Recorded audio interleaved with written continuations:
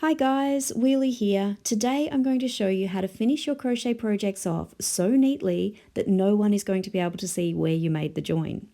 This is one of my favourite crochet techniques because it adds such a polished look to the end product. So what is this amazing stitch? It's called the invisible join. The invisible join is great when you're working in the round for things like beanies and gloves, jumpers, tea cozies, granny squares, so many other projects. It's really versatile.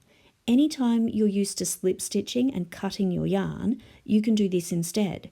In my opinion, it's the best way to finish off most projects, but it's also worth using it partway through, like when you're cutting your yarn so you can start the next round in a new colour, as it doesn't just look neat, it provides a stitch that's uniform and easy to work into, unlike a slip stitch.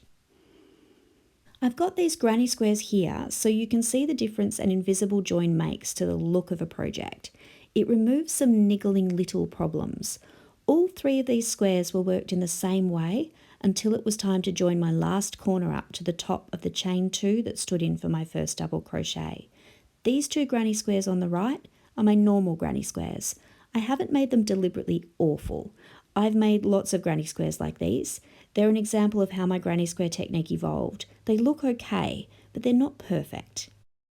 For this one here, I slip stitched to the top of the chain 2. Then I chained 1, cut my yarn and tightened the chain 1 up to make a little knot. Then I weaved in my end. And because of that chain 1, I've got a fairly obvious bump at the top here. So as it is, it doesn't look that good, and if I was going to turn it into a solid granny square in the next round, it wouldn't be very easy or neat to work into that stitch. Working into a slip stitch doesn't ever look quite right, even without that bump. So for this one here, I avoided the bump by not chaining 1. I just cut my yarn and I weaved the tail in. But I still don't like the join or the finish. No matter how I secure it or weave it in, a slip stitch makes the stitch you join to look funny. It's sort of split in two, and so like my other little square, it'll be slightly fiddly to work into that stitch. And also the chain 2 that's my first double crochet, it stands out a little bit more than I'd like it to.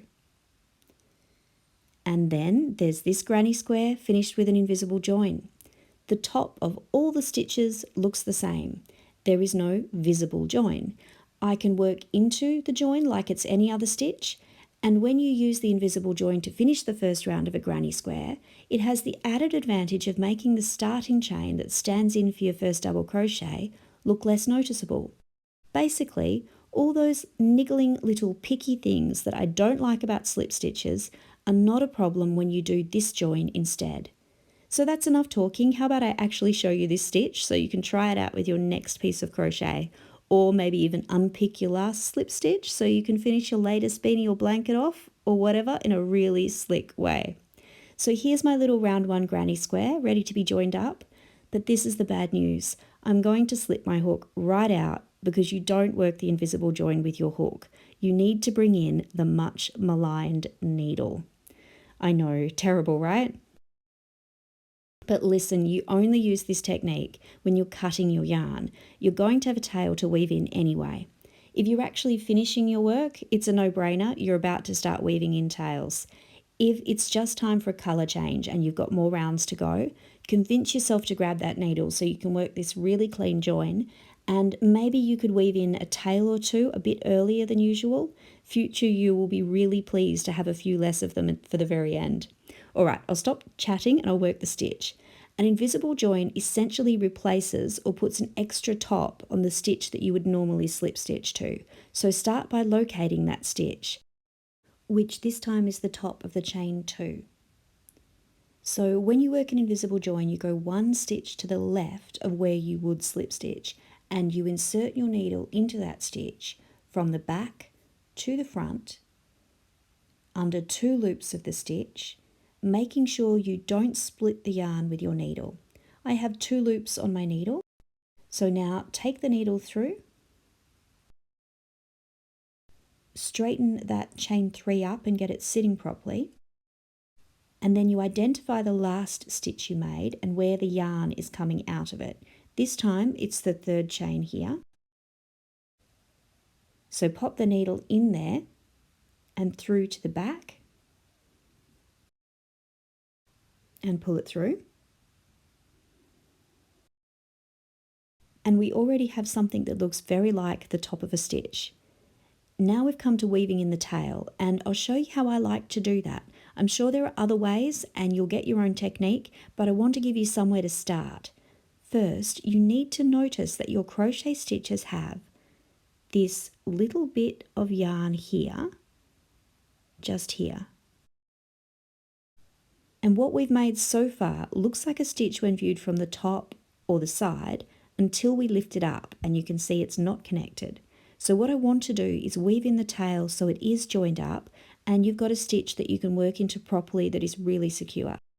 Begin by turning your work over and inserting your needle just here into the top of the chain 2, catching one loop of it like this. And now go into the next stitch along a bit further down, catching one loop like that. And now go into the circle at the center of the granny. Have a look at the front to check you haven't caught any of the yarn with your needle because that can look messy. And pull your yarn through. Be careful not to pull too hard.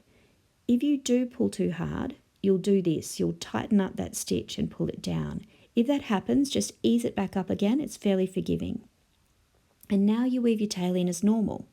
To make any tail secure on a granny square, a beanie, a blanket, anything, I think you need to oversew or weave it back and forth at least 3, even 4 times. And you definitely need to weave in the tail from the circle at the center of your granny square too. So like I said, working the invisible join, I have my needle out, so I might as well weave in this tail as well. When I add more rounds to this square, I'll be glad I got the tail out of the way. If you found this video helpful, give it a like. For me, the invisible join has led to a lot more multicolored granny squares and striped scarves and blankets. Avoiding slip stitches has made me much more comfortable with my needle. I hope that you find it helpful too.